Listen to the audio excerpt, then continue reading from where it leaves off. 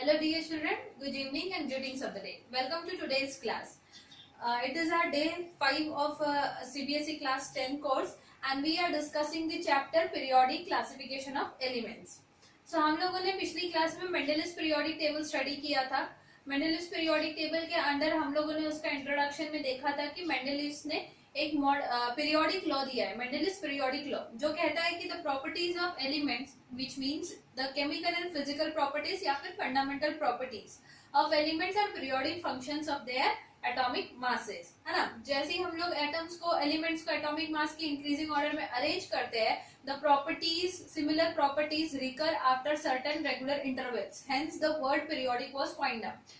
So after that we had discussed about the benefits or the good merits of the Mendeleev's periodic table. So Mendeleev periodic table originally बहुत expanded version में था, जिसको उन्होंने modify किया, short version में लाया और वो हमने study किया था, which contained 8 groups and 6 periods. तो उसमें हम लोग ने देखा था कि ग्रुप्स जो थे वो A और B सब ग्रुप्स में डिवाइडेड है. वैसे ही जो पीरियड्स है, वो जो फर्स्ट 3 पीरियड्स है वो सिंगल पीरियड्स के फॉर्म में, लेकिन नीचे के 3 पीरियड्स सीरीज के फॉर्म में है, फर्स्ट सेकंड सीरीज के फॉर्म में, फर्स्ट एंड सेकंड सीरीज. तो जब ए और बी ग्रुप की बात आती है तो बी ग्रुप में एलिमेंट्स जहां भी प्लेस्ड है, आप ऑब्जर्व करो कि वो 4th, 5th और 6th वाले रो में ही कहीं ना कहीं प्लेस्ड है. अदरवाइज फर्स्ट, सेकंड और थर्ड रोज जो है, जो first, second and third periods है, वहां पे ग्रुप बी जनरली खाली है. ठीक है, तो उन्होंने ये ए और बी का कंसेप्ट और फर्स्ट और सेकंड सीरीज का कंसेप्ट क्यों लाया था? It was just because कि जो ग्रुप, सब ग्रुप ए है, उसके सारे elements exactly similar properties show करते हैं. For example, if I talk about group 1A, ठीक है, 1A में है हमारा हाइड्रोजन, ली ना के, तो lithium, sodium, potassium, all this elements show exactly similar properties. But group 1B में हमारा कॉपर भी है. ठीक है, तो कॉपर की प्रॉपर्टीज, कॉपर सिल्वर की प्रॉपर्टीज आपस में मैच कर रही है. उनकी प्रॉपर्टीज जो है वो, उनकी वैलेंसी भी 1 आती है और उनकी प्रॉपर्टीज जो है वो अल्कली मेटल से मैच हो रही है, but not exactly. The more resemblance is found between the properties of copper and silver and the below elements. Hence they were placed in group 1 but they were separately placed in group 1B. तो इसीलिए वहां पे सब groups A और B आए. ठीक है, सारे ही ग्रुप्स में. लेकिन जो लास्ट वाला हमारा ग्रुप है, group A, that is containing only transition elements in sequence, उसमें कोई सब ग्रुप में डिविजन्स नहीं है. ठीक है, so I hope I am clear with the thing. जो आपका डाउट था कि A और B क्यों है. फाइन, अब हम लोग आगे चलते हैं. अब बहुत सारे उन्होंने एटॉमिक मासेस करेक्ट किए थे. लाइक बेरिलियम का पहले वैलेंसी 3 कंसिडर किया जा रहा था और atomic mass 13.5. Later on Mendeleev ने उसको चेक किया कि beryllium according to the properties second group में आता है, ना कि उसके बाद में.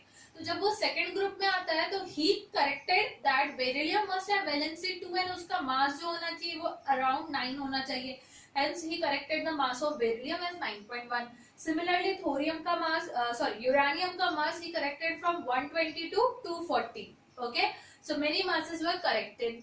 तो बहुत सारे उनके जो थे चीजें सही थी, आराम से नोबल गैसेस पोजीशन हो गए. जो अननोन एलिमेंट्स थे, लाइक एल्यूमिनियम के नीचे उन्होंने जगह खाली छोड़ी थी, तो एल्यूमिनियम के नीचे जो एलिमेंट था वो टाइटेनियम आना चाहिए था according to the increasing order of atomic masses. अगर आप देखते हो ध्यान से पीरियोडिक टेबल को, तो वहां पर टाइटेनियम नहीं आया, क्योंकि उन्होंने फाइंड आउट किया कि इंक्रीजिंग ऑर्डर में टाइटेनियम आ रहा है, लेकिन केमिकल प्रॉपर्टीज के according titanium is not matching with the aluminium and above elements. ठीक है, इसलिए उन्होंने उस प्लेस को ब्लैंक रखते हुए उसको आगे प्लेस किया नेक्स्ट ग्रुप में, जहां पे उसकी प्रॉपर्टी मैच हो रही थी टाइटेनियम की. तो जब लेटर ऑन गैलियम डिस्कवर हुआ, एक एल्यूमिनियम जिसको बोला गया था, वो गैलियम बाद में जब डिस्कवर हुआ तो गैलियम को एल्यूमिनियम के नीचे रखा गया और करेक्टली जैसे मेंडेलीव ने प्रेडिक्ट किया था, ये फाइंड आउट किया गया कि बोरॉन, एल्यूमिनियम और गैलियम के प्रॉपर्टीज एग्जैक्टली सेम है. ठीक है, now let's move ahead towards the demerits of Mendeleev periodic table. कुछ तो प्रॉब्लम्स रही होगी जिसकी वजह से आज हम उस पीरियोडिक टेबल को फॉलो नहीं करते हैं. Let's check those things. अब सबसे पहली प्रॉब्लम है position of hydrogen. First thing is position of hydrogen. Position of hydrogen में क्या प्रॉब्लम है? For example, hydrogen is placed in group 1A, right, along with the alkali metals. Group 1A के metals को alkali metals बोला जाता है. तो आप देखोगे कि आपको पता ही है टाटा शुद्ध नमक हमारे घर में जो होता है that is sodium chloride NaCl. So sodium is forming bond with halogen chlorine. वैसे ही KCl भी होता है, NaF भी होता है, लिथियम का भी बनता है bond, lithium bromide and so on. And hydrogen also forms similar kind of bonds with halogens like HCl, HF and so on, HI. So hydrogen chloride, hydrogen fluoride, hydrogen iodide. So जैसे यहाँ पे metals है हमारे, वो bonds बना रहे halogens के साथ, वैसे ही hydrogen similar kind of bonds form कर पा रहा है halogens के साथ. So it was concluded that hydrogen is very similar in its properties to metals. First group metal, alkali metal, इसलिए उसको वहां रखा जाए. But if we would compare halogens के जगह पे हाइड्रोजन रखने की कोशिश करें, फॉर एग्जाम्पल जैसे यहाँ पे change the ink, NaCl, तो वैसे ही NaH भी बनता है, सोडियम हाइड्राइड. जैसे यहाँ पे KF है, ठीक है, वैसे ही KH भी बनता है, पोटेशियम हाइड्राइड. ओके, सो यहाँ पे अगर मेरे पास लिथियम ब्रोमाइड है तो यहाँ पे लिथियम हाइड्राइड भी बन रहा है.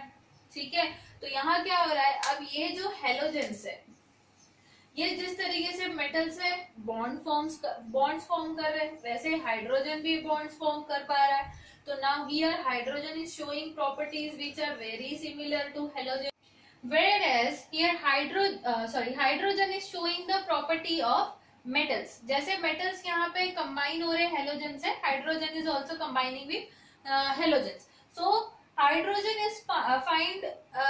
is found to be such an element जो दोनों का प्रॉपर्टीज दिखा रहा है. तो इसका पोजीशन अगर हम इसको सिर्फ फर्स्ट ए ग्रुप में रखते हैं, इट वोंट बी जस्टिफाइड 100% कि ये 1A में क्यों है, ये हेलोजन के साथ क्यों नहीं है. तो position of hydrogen is very ambiguous, very suspicious या फिर कंफ्यूजिंग. अभी भी उसको राइट पोजीशन नहीं मिला है, as it has both different kinds of properties, right? So this was the drawback of Mendeleev's periodic table, first drawback. Second drawback was that the position of isotopes of elements. Isotopes अगर आपको याद होगा, आपके 9th standard के syllabus में आप लोगों ने पढ़ा है, isotopes क्या होता है, elements with same atomic number but different mass number. So position of isotopes was second drawback because the Mendeleev's periodic table was arranged in the increasing order of atomic masses of elements. अब एक element का atomic mass consider किया जा रहा है. तो अगर मैं बात करूं हाइड्रोजन की, ठीक है, तो hydrogen is the only element which has 3 isotopes, atomic number 1, mass number 1, जिसको प्रोटियम बोलते हैं. Then we have deuterium, atomic number 1, mass number 2, and then we have ट्रेडियम.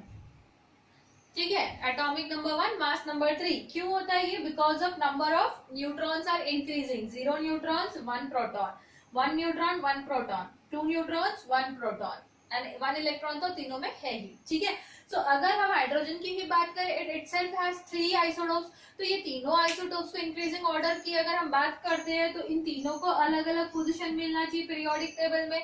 तो पीरियोडिक टेबल इसके अकॉर्डिंग बहुत ज्यादा एक्सपैंड हो जाएगा. तो ये पॉसिबल नहीं है. ठीक है, अगर हम दूसरे एलिमेंट्स की तरफ जाएंगे, for example carbon is 15 isotopes. इस तरीके से बहुत सारे आइसोटोप्स अवेलेबल है. Oxygen again has 3 isotopes. So हम लोग को ये बहुत बड़ा ड्रॉबैक मिला मेंडेलीव पीरियोडिक टेबल में कि अगर हम एटॉमिक मास कंसिडर करते हैं तो हम आइसोटोप्स को कैसे पोजीशन करेंगे हमारे पीरियोडिक टेबल में. ठीक है, apart from this there were again few drawbacks, like few anomalous pairs were found in his periodic table.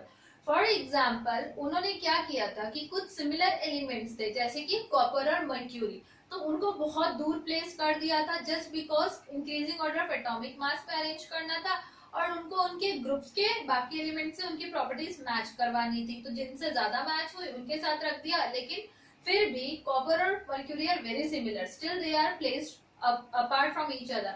वैसे ही कुछ dissimilar elements थे like copper, silver, gold, ये सारे dissimilar elements को उठा के उन्होंने एक ही कॉलम में एक ही ग्रुप में अरेंज कर दिया. तो this was the drawback. Again, manganese, if you can see in the periodic table of Mendeleev, manganese is placed in the group of second group, alkaline halogens, in the group of halogens. तो manganese को halogens में बिल्कुल नहीं होना चाहिए था, उसको transition element है, उसको अलग जगह होना चाहिए था. तो this was the drawback, this was the anomalous pair, this were the anomalous pair found in his periodic table. Anomalous means अजीबोगरीब, questionable pairs. Okay, next last drawback was that उन्होंने कुछ एलिमेंट्स को उनके केमिकल प्रॉपर्टीज के साथ match कराने के लिए inverted order of atomic masses में अरेंज किया था. फॉर एग्जाम्पल कोबाल्ट एंड निकल. सो कोबाल्ट का मास निकल से ज्यादा है, still it is position before nickel. Similarly when argon was discovered, argon was position before potassium. Tellurium and iodine, इन दोनों को भी रिवर्स ऑर्डर में पोजिशन किया हुआ है. तो इस तरीके से कुछ एटॉमिक मासेस जो थे एलिमेंट्स के, वो इंक्रीजिंग ऑर्डर में सही से नहीं थे, इन्वर्टेड ऑर्डर में प्लेस थे, just to satisfy criteria of resemblance in chemical properties of elements. Okay, and apart from all these drawbacks, Mendeleev could not explain the cause of periodicity in his periodic table. उन्होंने periodic table तो बना दिया, उन्होंने law भी दे दिया, उन्होंने ये भी ऑब्जर्व कर लिया कि हाँ पीरियोडिकली प्रॉपर्टीज रिपीट हो रही है, एलिमेंट सिमिलरली एक दूसरे के नीचे आते जा रहे हैं, लेकिन ऐसा क्यों हो रहा है, ये पीरियोडिसिटी का कॉज क्या है, क्या चीज है जो इन सब में कॉमन है जिसकी वजह से ये सिमिलर प्रॉपर्टीज दिखा रहे हैं. ये सारे क्वेश्चंस का आंसर मेंडेलीव के पास नहीं था. So he could not justify the cause of periodicity. Okay, so this was all about the Mendeleev's periodic table, all the merits and demerits. I hope आप सबको समझ गए हैं. Now let's move towards our next topic. With all these drawbacks, अब इसको modify करना, इसको और अच्छे से रिसर्च करके प्रॉपरली अरेंज करना एलिमेंट्स को, ये नीड ऑफ द आवर थी. तो साइंटिस्ट ने जैसे जैसे रिसर्च अपनी बढ़ाई, तो there was a person named as Henry Moseley. Henry Moseley ने एक अपना अलग से पीरियोडिक लॉ दिया. ओके, अब हेनरी मूसले जी का लॉ जब आया तो उसके पहले ही हमारे पास atomic number, mass number, isotopes, isobar, electronic configuration, valency, ये सारी चीजें हमारे पास आ चुकी थी, सारे कंसेप्ट्स क्लियर हो चुके थे. सो 1908 में जो रुदरफोर्ड का एक्सपेरिमेंट था उसमें न्यूक्लियस पता चला. 1913 में जब नील बोर का एटॉमिक जो मॉडल है वो जब लॉन्च हुआ तो उसके साथ साथ हमें बाकी सब एटॉमिक पार्टिकल्स के बारे में पता चला, एटम की टोटल प्रॉपर्टीज पता चली, तब जाके हमें बहुत इजीली हेल्प हुई हमारे फाइनल पीरियोडिक टेबल को बनाने में. ठीक है, सो लेट्स सी ये चीजों ने हमें कैसे हेल्प किया है.